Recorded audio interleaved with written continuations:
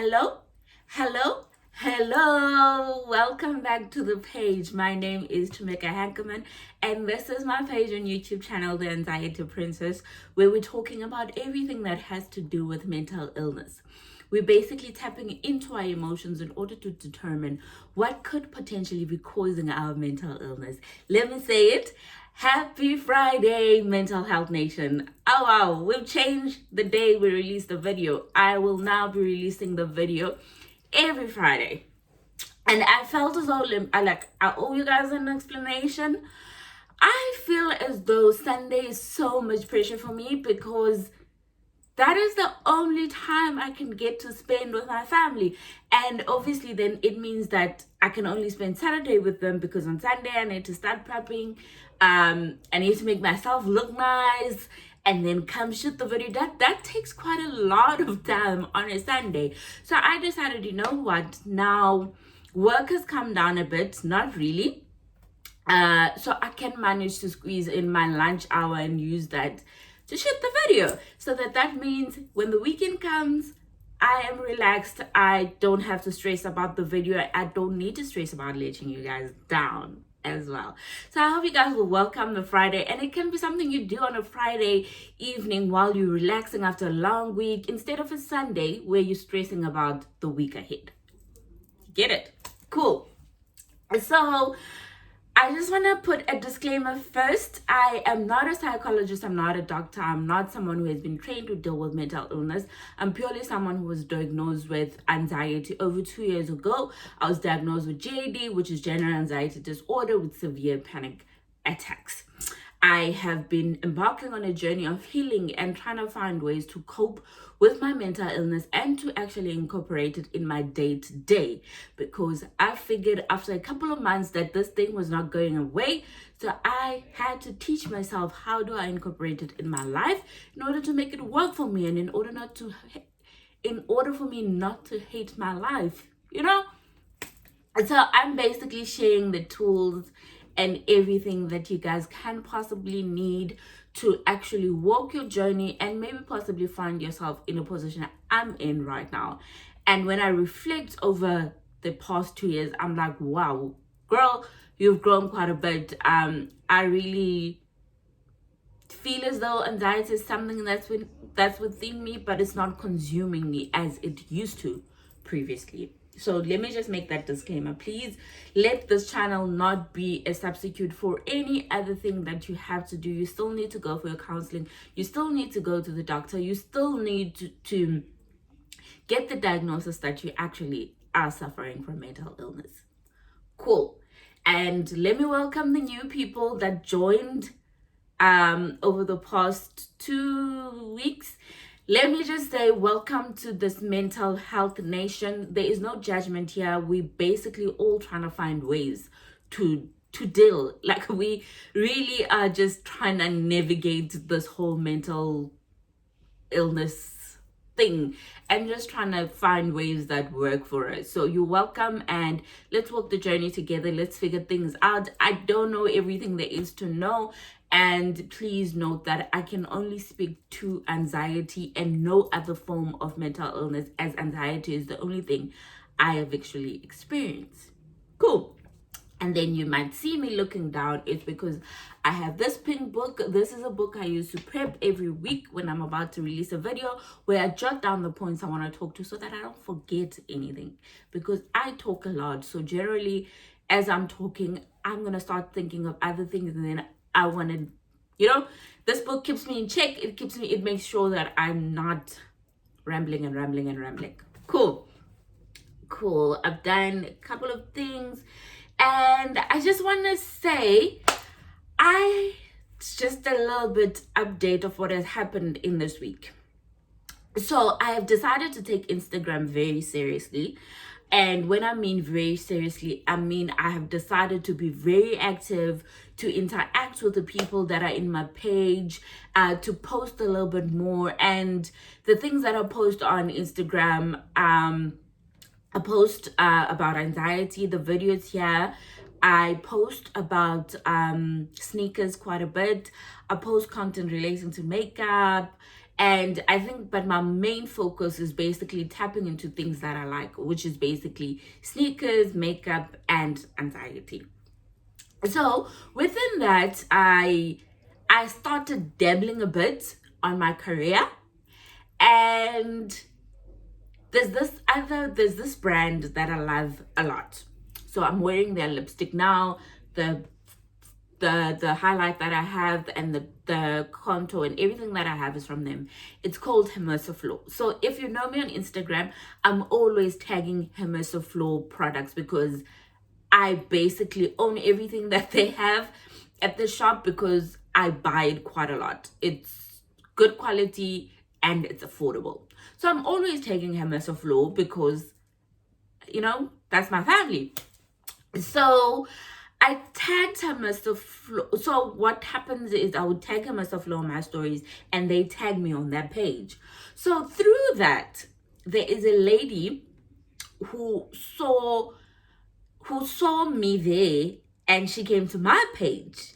And when she came, she realized that I was a chartered accountant. And that day I had put up something that says, ask me anything. So she shot her short and was like, can you please be my mentor? And it wasn't the first time I was getting that. And it's something I've been avoiding and running away from for a while.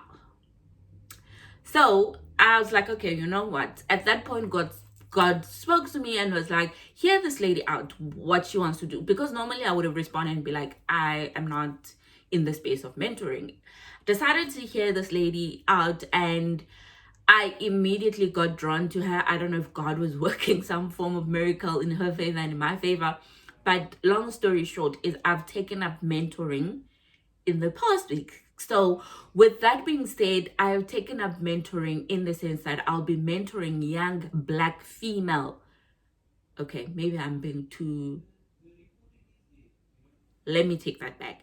I am mentoring young women into the accounting profession. I don't want to limit it to Black females, although due to the fact that the industry needs Black female chartered accountants, I would love to push my Black people to study accounting, but please, in no way that if you are not Black, you can't reach out to me. You are more than welcome to.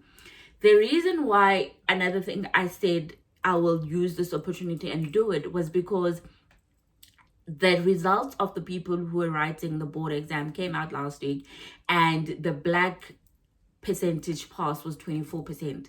That means like 24%, guys. That's tiny. So with that being said, I just thought, you know what? There is a couple of things I think are contributing to that rate and I went through them myself. So why can't I use my experience to help other young females to achieve their goals? So with that being said, I have taken up mentoring. I currently have 3. I have the lady, she's working, and I had such a wonderful chat with her. I love her. And then I have 2 other people that have reached out to me post that, and I'm due to have a call with them next week. I'm taking it very seriously. I do want to mentor people. I feel as though I have quite a bit to offer now. If you had asked me maybe 2 years ago to be your mentor, I would have been very reluctant. But obviously now being in a position of a senior audit manager, working towards to becoming a director, hopefully soon, God please intervene. I think I have gained enough experience to give back in terms of mentoring. So that's another thing that I've taken in my life, which is going to take quite a bit of time because I want to prep properly for it. So if you know young girls that want to know what it means to be a CA, what do you do with the CAA, please route them to me. So I'm taking up anxiety. I'm taking up the space of sneakerheads and empowering female and showing females that you can actually dress sneakers up. I have makeup on the side. I have taken up makeup. I started taking makeup seriously last year, October. And I took it seriously because I'm giving myself a year from now to actually make it a side business for myself. So there's that, and there's this page. So I'm a busy girl. And I just rambled and rambled for a good 10 minutes about things that don't have to do with today's video. But with that being said, of taking my Instagram very seriously, I've met such wonderful women on that platform, guys. Women that cheer me on, women I cheer on, women who open up, and when you allow them that room, it's so nice to talk to a stranger, I realized. So I've met wonderful people, and yes, I'm investing in my Instagram, trying to grow it the best that I can possibly grow it. And I have grown it through all these things that I mentioned: sneakers, makeup, and anxiety. I did a poll last week where I was asking people, why are you following me? And sneakers, anxiety, and makeup came up on top. So yeah, that's basically what I've been busy with in the last 2 weeks. But that's not the point of the video today. The topic that we are encountering today is how to become emotionally resilient. Please, I beg you guys, there is construction happening in my complex, but they've quiet down now. I don't know if they lunch or anything, but if the noise starts being too much, I'll pause the video and maybe you'll see the merger of the 2 videos if I need to, so please bear with me. Cool. So the topic is how to become emotionally resilient. Cool. So let me, before I even embark on why am I tackling this topic and how does it link to mental illness, let me just give you a definition I found of what emotional resilience means. So it says it's when you are able to calm your frantic mind after encountering a negative experience. Okay, that's the definition I received. So out of that, I constructed my own definition, which is basically growing a thick skin. That's what it is. And why is it so important? The reason why it's so important is, one, I had to learn the hard way of I needed to be have a thicker skin. I was basically crying each and every day, guys, after I was diagnosed with anxiety. Let me just say, actually, not even before I was diagnosed, when I was started getting sick, the physical symptoms, the roller coaster ride that was happening in me, I was crying each and every day. And that is when I realized that I do not have a thick skin. So that means everything that was happening around me, whether maybe at work, someone's not happy with my performance, which is hardly, or if I'm feeling overwhelmed at work, before my anxiety started, I was very strong with things like that. But when my anxiety hit, I started feeling as though I was emotionally fragile, to be honest. So it was through learning that actually with this anxiety thing, in order for me not to fall trap, I wrote it down. The reason why it's important is that you will fall into a trap of feeling emotionally drained every time you encounter negative experiences, and your mental health can't handle that. So you need to equip yourself with the emotional resilience that is possible in order to maintain your peace. And you know that when you don't have peace, your mental illness acts up. So things are going to happen. Let's get this straight. Things are going to happen, but it's how you bounce back from those things, and it's how they actually affect you and how you choose to let them affect you that actually determines the level of damage they can do to your emotions, basically. Cool. So how do you build emotional resilience? Cool. Before I even get to how, let me tell you the type of people that do not have emotional resilience. You can argue and say, you are disagreeing. That's all good, and please do challenge me. But this is my own observation, basically.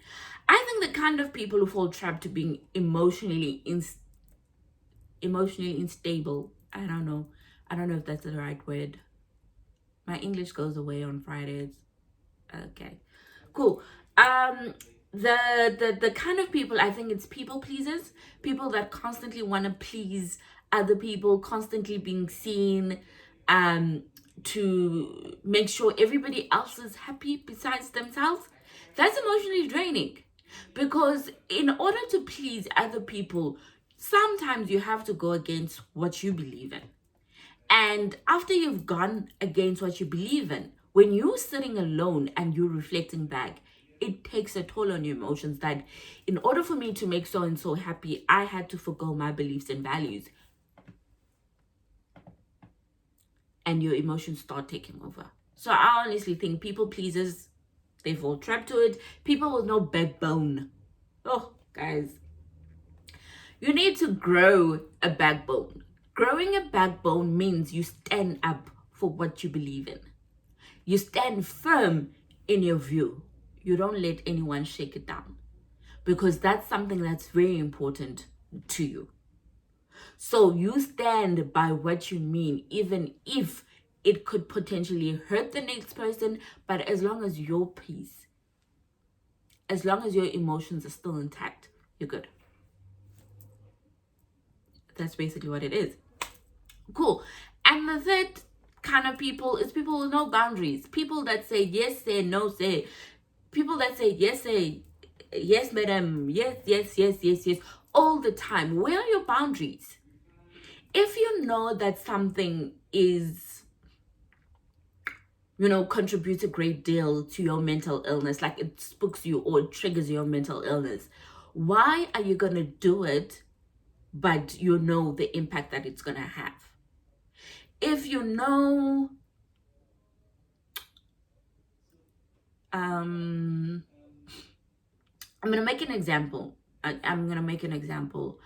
If you watch movies that have violence and they generally make you feel as though you're on edge or whatnot, or if you watch horror movies and they don't make you sleep well at night, why watch them to please people? That's how you feel. You need to have boundaries and say, I don't watch horror movies because of this. And that's the simplest example I could give you. I don't want to go into details about bigger ones, but stand firm in your boundaries. Have boundaries. Cool. I think you'll hear my husband in this video because he's on the phone. And now I can't get up to tell him to speak softer. Okay, cool. And the fourth people is people who do not know what they bring to the table. When you know your worth, when you know your worth, guys, I'm not putting any, it's not about money, it's not about anything, but if you know your worth, if you know your value, you will never find yourself where your emotions are being questioned, where your emotions are being taunted down, where your emotions are all over the place, where you find yourself, let's say for instance, if someone, you're good at something, but someone is of the view that,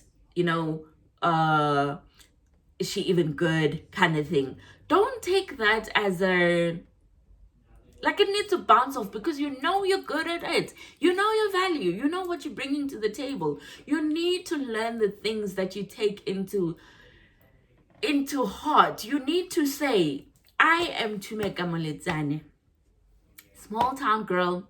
I strive for transformation and change everywhere I go. Now, you're not going to go into something and not still try for that transformation, because you're there because they value you. Like, I'm in my job because there's a certain value they attach to me. There is no one at work who will say something like, today she's taking a longer lunch, put it in that manner that I'm taking a longer lunch. I know what I bring to the table. I know as soon as I'm finished shooting this video and I put my head down to work, I'm going to deliver. It doesn't matter how much of a break I took, because I know what I'm bringing to the table. So know your value. People who do not know their value, who do not know what they bring, they're usually emotionally unstable. Like, their emotions, they're not resilient in things. They take things to heart. Every time someone says something negative, because they don't know what they're bringing to the table, they take it to heart. Cool. And the last people that I actually think they're not emotionally resilient. It's people who dwell on past hurts and past pain, past mistakes. So it could be that you beating yourself up about something you did 10 years ago, and every time you encounter a situation where you need to do that thing again, you're always thinking about the mistake you made 10 years ago.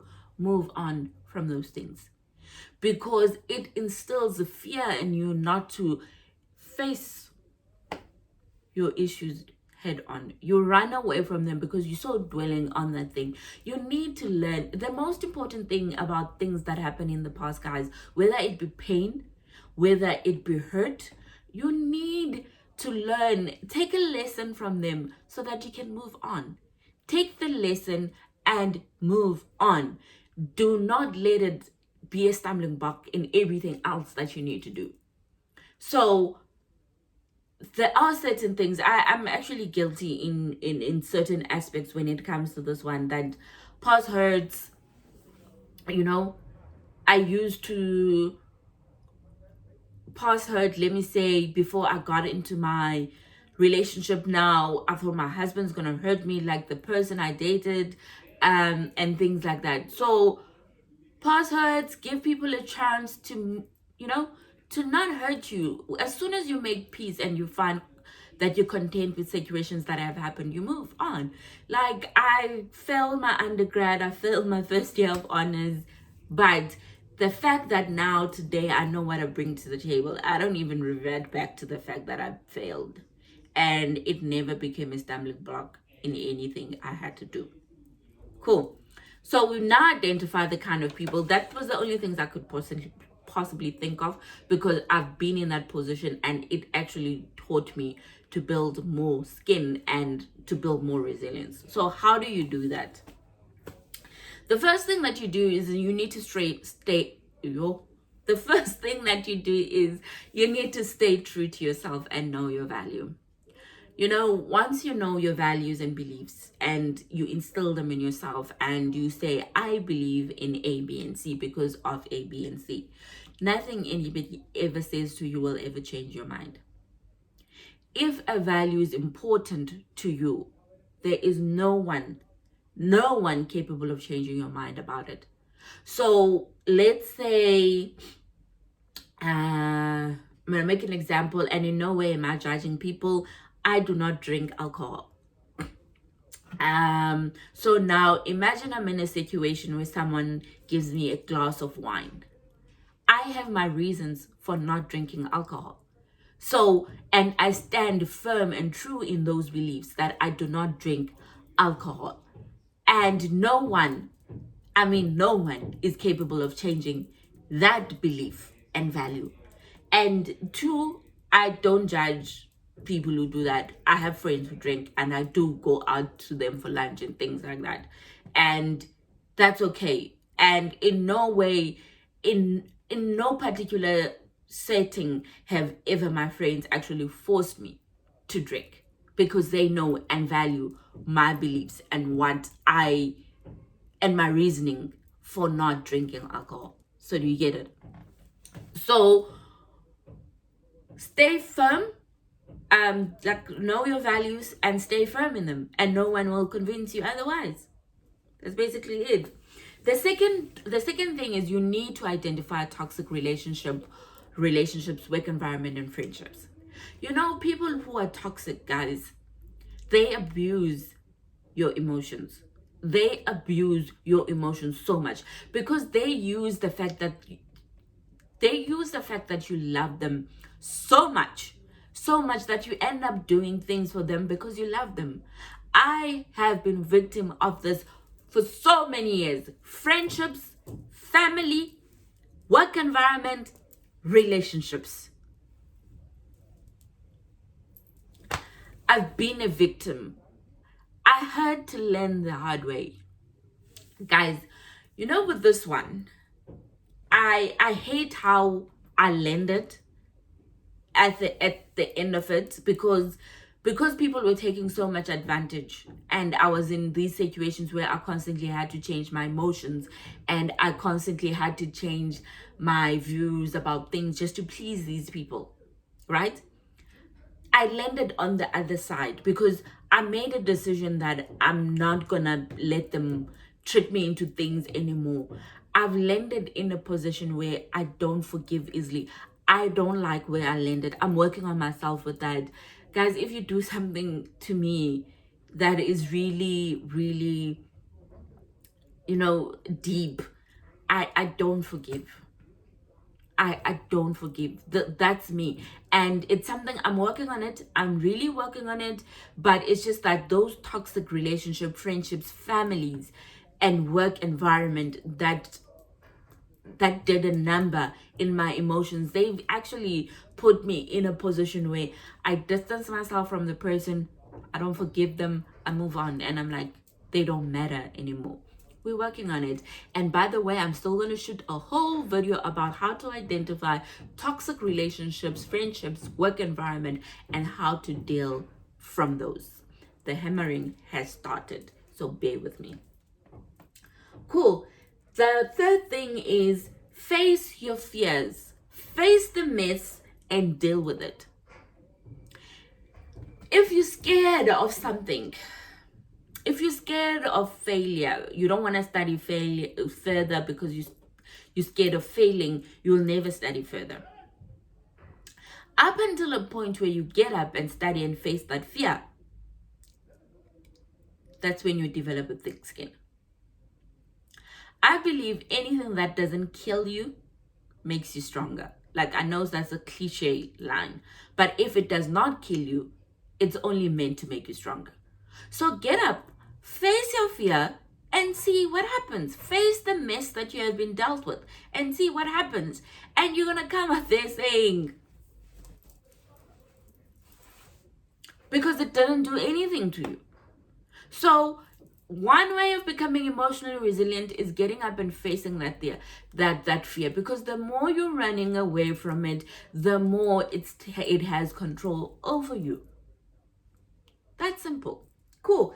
The fourth thing is know yourself and what you stand for.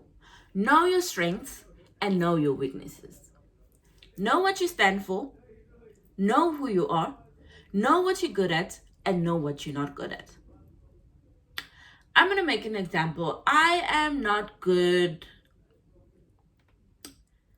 There's a lot of things I'm not good at. I'm not good in sports, for instance. But now here I am going to play hockey, knowing I'm not good at it and beating myself up about it later because I thought I was good at it.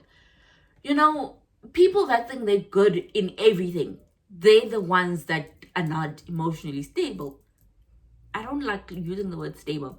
They're not emotionally resilient because they dismissive of the fact that they're not good in something. They want to go and do that thing, and when it does not yield the results that they wanted to yield, then they start taking it to heart, and it damages their self-confidence. Guys, I know we're supposed to try out things and all that, but there are people that needs to hold and not try everything because they're not emotionally resilient.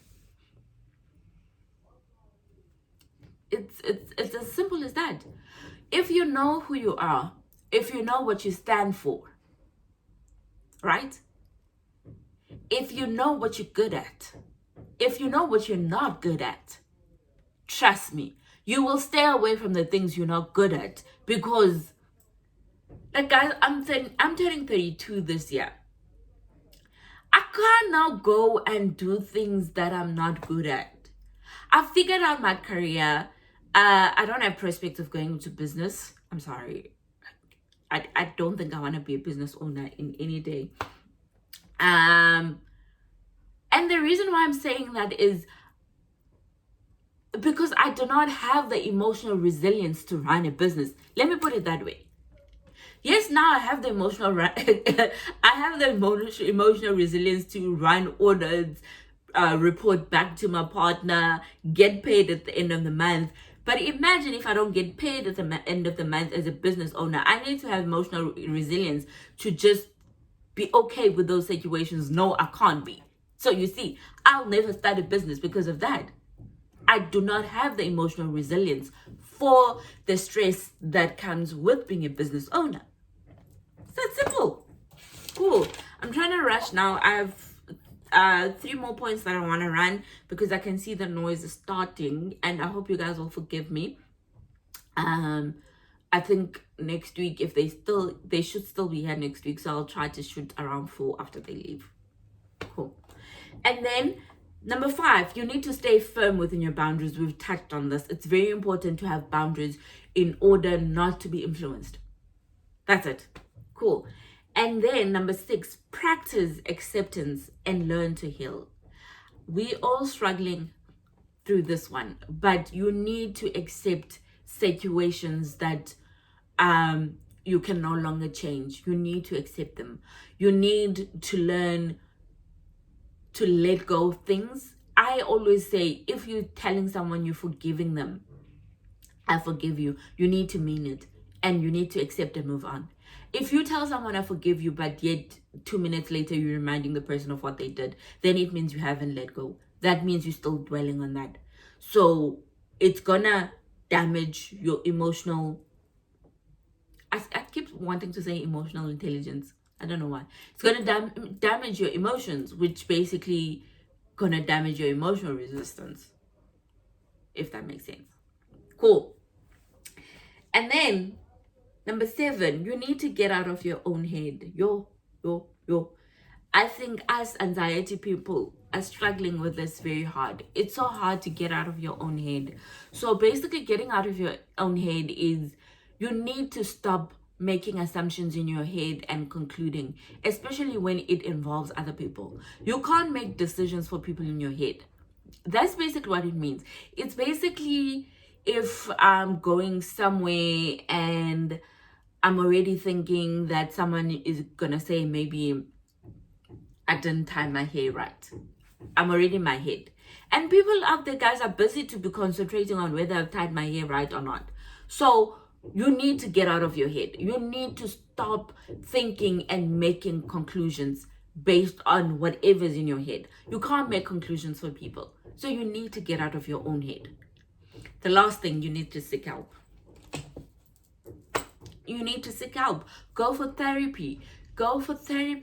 And therapists usually can, this is where I love therapy, where they actually dig deep into your emotions in order to determine whether there is potentially something in the past that's making you not resistant.